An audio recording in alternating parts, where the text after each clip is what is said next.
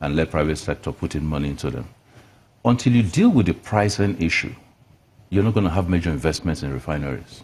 Because the realities are nobody, including Dangote today, whom we've worked very closely with to begin to build his own refinery. But I'll be surprised that if in his own econometrics, he's not sitting down and saying, when I finish, and if the pricing is here, what do I do? One simple model would be to do an export-type refinery. Sell off your products to neighboring countries, and we then go there and buy it, and we can bring it in and subsidize it. I mean, the logic is clear. But until you create a free market environment, you're not going to have private sector investments in refineries. So option was sell it off. There weren't takers. The other option was find a way of repairing it. I wasn't in support, and I think I discussed this extensively with the president at the time, of going to bring in public sector money again to begin another turnaround maintenance that had happened like 4 or 5 times, from which colossal monies had been lost and no evidence, again, at least judging from the performance of refineries, that they had been well used. And so the model I then came up with, which he bought into, was to see whether there are private individuals who, on a long-term debt-structured basis, can actually invest in repairing these refineries, help manage them so they can put in some best practices into those refineries with NNPC in cohort with them, and then over a period of 5 years, recover their money from incremental production. So it would be like a public-private partnership, you know. And then after that is done, and the refineries are working and efficient, because the president was also very concerned about selling these refineries as scrap. If you sold those refineries at the time, it basically was scrap. And he said, look, we've put in so much money as a nation into these refineries. If we sell these refineries now, we'll sell them as scrap. Nigerians will never forgive you for how much has been invested, turnaround, construction, capital investment, and it's sold as scrap. Issues will be who bought it, who got favors. So let's find a way in which this refinery can come back and they're working. Then you can look at... So are we progressing with that model? Yes, we are. Yes, we are. Where are we now? We're at a point where by 2 months ago, the board finally got through to the list of individuals who had applied, and were able to synthesize the submissions that were done by NNPC and approve the short list of that form. They now went into what you call in a finance negotiation. What are the terms under which those finances will be put in place? We have set, I think, end of July as a completion date for those. Once we do that, we'll announce that. And once we announce that, they begin to put in those funds and begin to invest. It will take us about 12 to 18 months to bring in these refineries. The internal review systems have taken longer than I thought. I got this approval to do this, I think, 2017, if I'm not mistaken, early in 2017. I would have thought that by now that process would have been finished. But the honest truth is, it's a huge amount of money. It's about 2-point-something billion being raised from private sector, locally and internationally, to do these changes. It's going to take a due process. Things have got to follow. So we're looking at 2019. Yes, I've always said 2019. I've always said end of 2019. I'd like to see that a substantial portion of products are being done in this model. I've even gone further. I remember. I've forgotten who it was. It was Larry King. I've forgotten who it was interviewing me in London and said, if it doesn't happen, will you resign? I said, it's so important that I'll be glad to resign over this issue, provided they provide the enabling environment to achieve the objectives. I have worked very hard on this. NNPC has worked very hard on this. The board has worked very hard on this. At least for the first time, we're trying to do a refinery rekit with our public sector funds. If we can get that completed, that process completed in July, so that process begins, and if we can deliver on, even if it's 80% performance on the refineries, down up from 15% that it's doing now, by end of 2019, that will be substantial. So, Honorable Minister, let me finish, because this is also very important. Yeah. Now, refinery isn't just the public sector refinery. It is the policies that we're also driving that is making Dangote do what it is. I've visited Dangote refinery 2 times. We have had a team that goes to Dangote refineries literally once every quarter, working with them to see how we can accelerate it. Because I came from the private sector. I'm a firm believer in the private sector. That's what I wanted to clarify. In addition to that... Just a moment, Honorable Minister.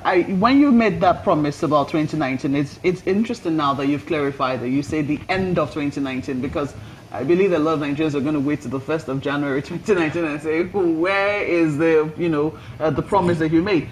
But you said the end of 2019. A lot of Nigerians believe then that you were referring to Dangote's refinery. Were you talking about our local refineries? No, I was talking about local refineries, not Dangote refinery. I mean, I was talking about the totality of all of it. I knew that, and I had been working with Dangote, whose projection date was more in the 2020s initially, but he's been able to scale that backwards towards the first quarter of 2020. And I was actually pushing him to bring it into the last quarter of 2019. My attitude was that if you got 650,000 barrels refinery performing, even if it's at 50 or 60% capacity, if you had a 450,000 cumulative refineries performing, and even if it's at 80% capacity, you'd probably be processing something in the neighborhood of over 1 million barrels. That's basically outstrip our consumption and get us into an export zone.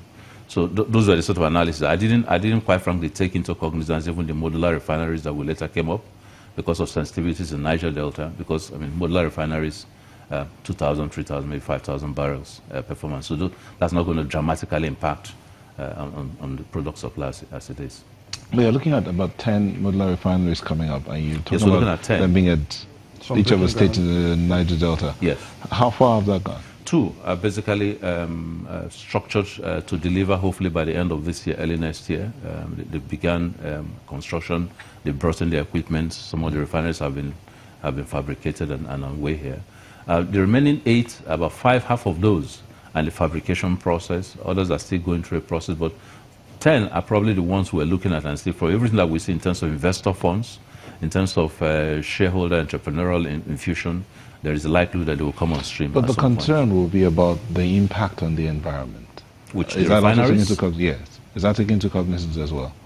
No, I don't get it. Refinery environment, how? The environment. So far, if you go down to the Niger Delta, you have people who are doing illegal refining, and then the military go there to burn and all of that. It affects the environment negatively. No, by the time by the time the refineries are set up, how much of impact will they have on the environment? Will they be positive or negative? Well, refineries should be a plus. I mean, non-refineries mean that you're basically doing bush burning, which is what they call illegal refining. You're basically producing behind your backyard, which is what is causing all the sluice you're seeing in Port Harcourt and the sluice on water. Yeah. If you're doing a fully mechanized, fully processed, fully integrated, and indeed tested for the efficiency metrics, you should have a refinery that is friendly. Indeed, modern refineries are even better. Sulfur contents are much better. We're actually trying to upgrade our own refineries in the process of rekit now to improve even on their sulfur contents. I asked this question because where the Lime Petrochemical, where the refinery is in Port Harcourt, the communities there have had at one time or the other to protest about the impact of their activities there on their community. So I'm asking this because those who will be hosting this refineries that are coming up now will be looking to see how much of benefits they are going to get from it on their environment as well and on them as individuals. Let me get there first. In terms of benefits they're going to get, I'd love to see them be the main contractors who do the day-to-day supplies in those refineries. I think we need to do that for those communities to cushion the impact of what they feel by virtue of the presence of such huge establishments. I think we need to take very seriously the environmental impact. We do environmental impact studies, but I think Ministry of Environment is doing quite a good job in terms of now focusing on some of these specifics.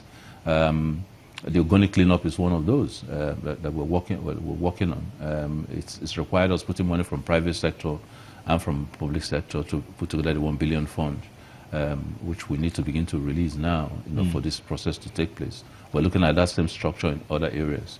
I've worked with the Shell organization very intensively on some of the concerns in Ogoni, including our national headquarters, and I'm happy that over the last few days they've now come up for the very first time to say, look, we think what we did in Niger Delta is not in line with what we've done with the rest of the world, and we're sorry for that. That's taken 1 year, 1.5 years of working internally with the system to say you need to move from this model to that model. So it is something that we take seriously. It costs money, and so we need to begin to look as you do oil exploration. And I think oil exploration does a lot more impact than, quite frankly, oil refining. But as you do oil exploration, what are the oil companies putting aside?